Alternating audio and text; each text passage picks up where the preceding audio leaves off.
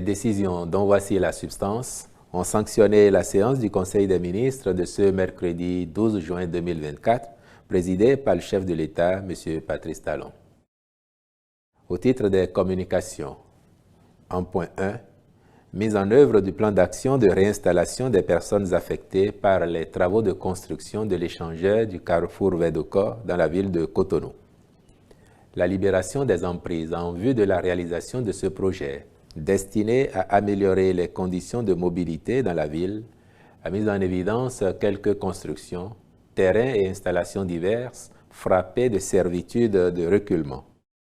Il ressort des travaux du comité dédié que 190 personnes en sont affectées et ont été recensées dans le périmètre concerné pour être éligibles à l'indemnisation.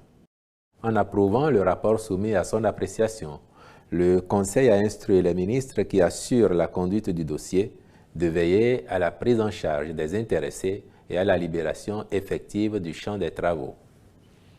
En point 2. Contractualisation pour l'extension des travaux de dragage pilote de Dokloboué à la Bouche-du-Roi dans la zone du lac Aémé et ses chenaux.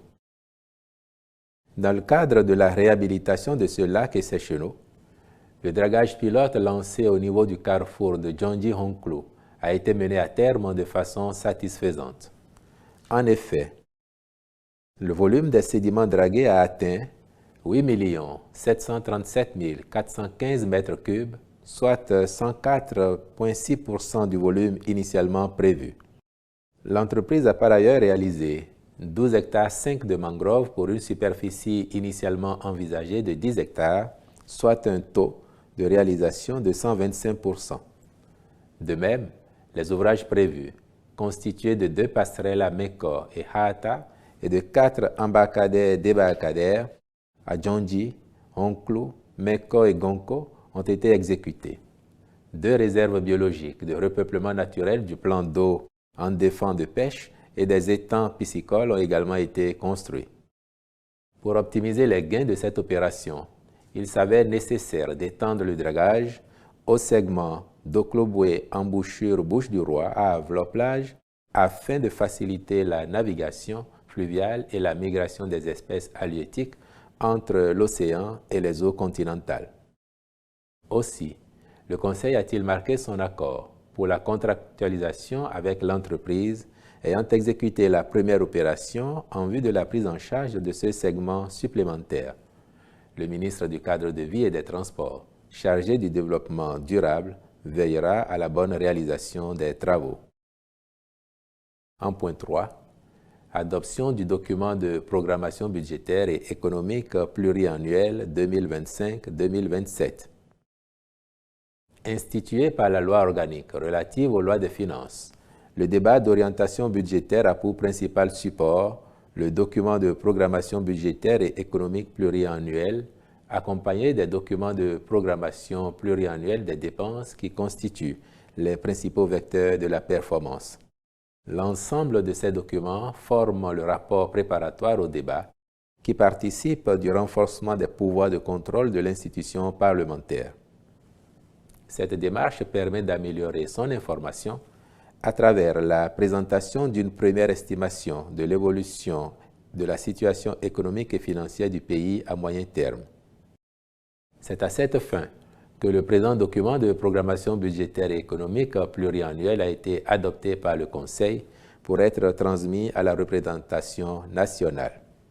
Il postule que sur la période 2025-2027, la politique économique sera orientée vers la poursuite de la transformation de l'économie, conformément au programme d'action du gouvernement 2021-2026.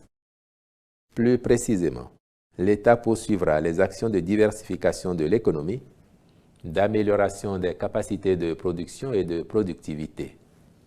Il est à noter qu'un accent particulier sera accordé au développement du secteur industriel, l'objectif étant de poursuivre la remontée des chaînes de valeur par une transformation locale des produits agricoles et non agricoles.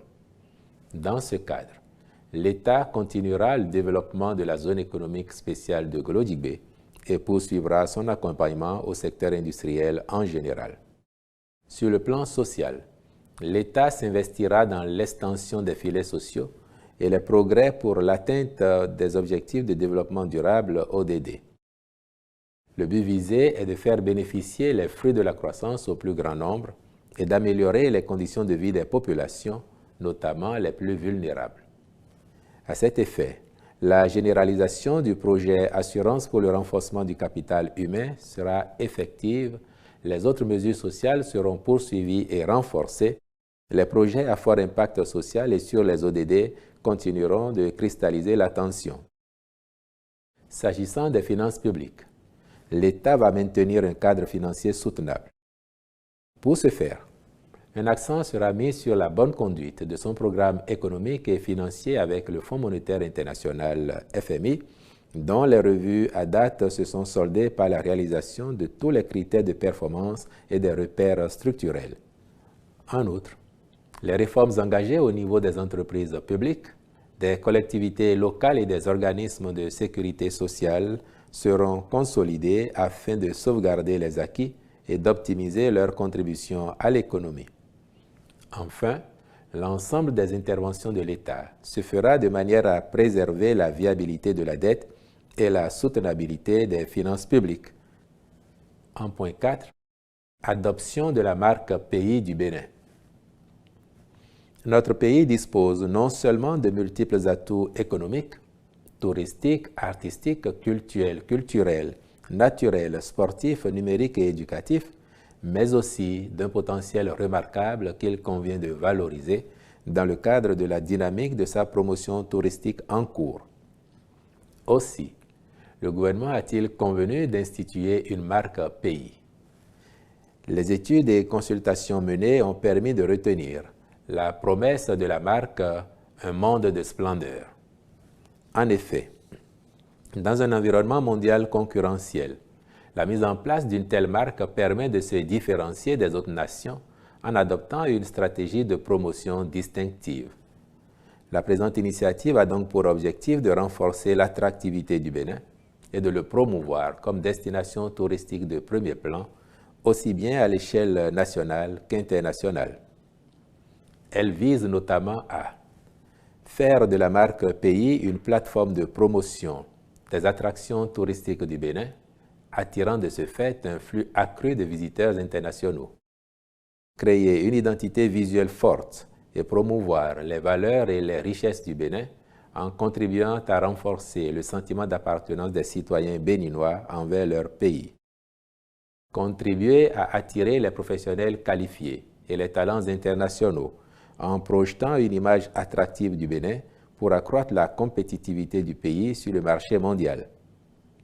Renforcer, à travers une marque pays forte et bien positionnée, la confiance des investisseurs envers le Bénin, tout en mettant en avant les opportunités commerciales et les secteurs d'excellence du pays, favorisant ainsi les investissements étrangers et les exportations. Le ministre du Tourisme, de la Culture et des Arts, en lien avec le ministre de l'Économie et des Finances, prendra les mesures nécessaires à la vulgarisation du logotype ainsi que la marque du pays. En point 5, agrément au Code des investissements.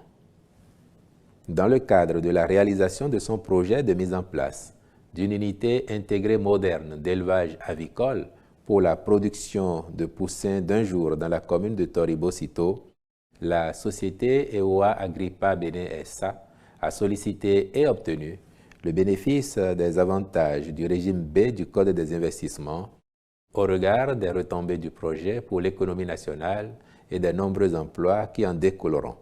L'effectivité du projet permettra aux acteurs de la filière avicole de s'approvisionner sur place en poussins d'un jour, limitant ainsi les importations massives observées jusqu'ici. En point 6, approbation des modalités de réalisation et d'exploitation du projet de construction du complexe immobilier Kangezo.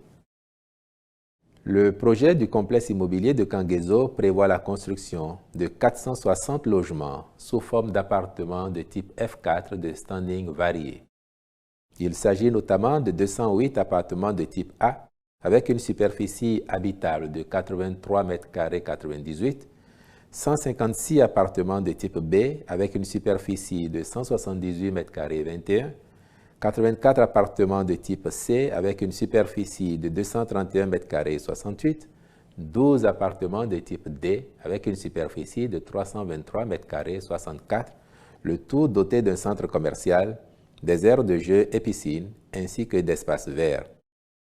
Pour favoriser sa mise en œuvre dans de brefs délais, les diligences menées ont déjà permis de sélectionner diverses entreprises pour les missions de maîtrise d'œuvre complète, de contrôle technique, d'études d'impact environnemental et social, y compris le contrôle et le suivi.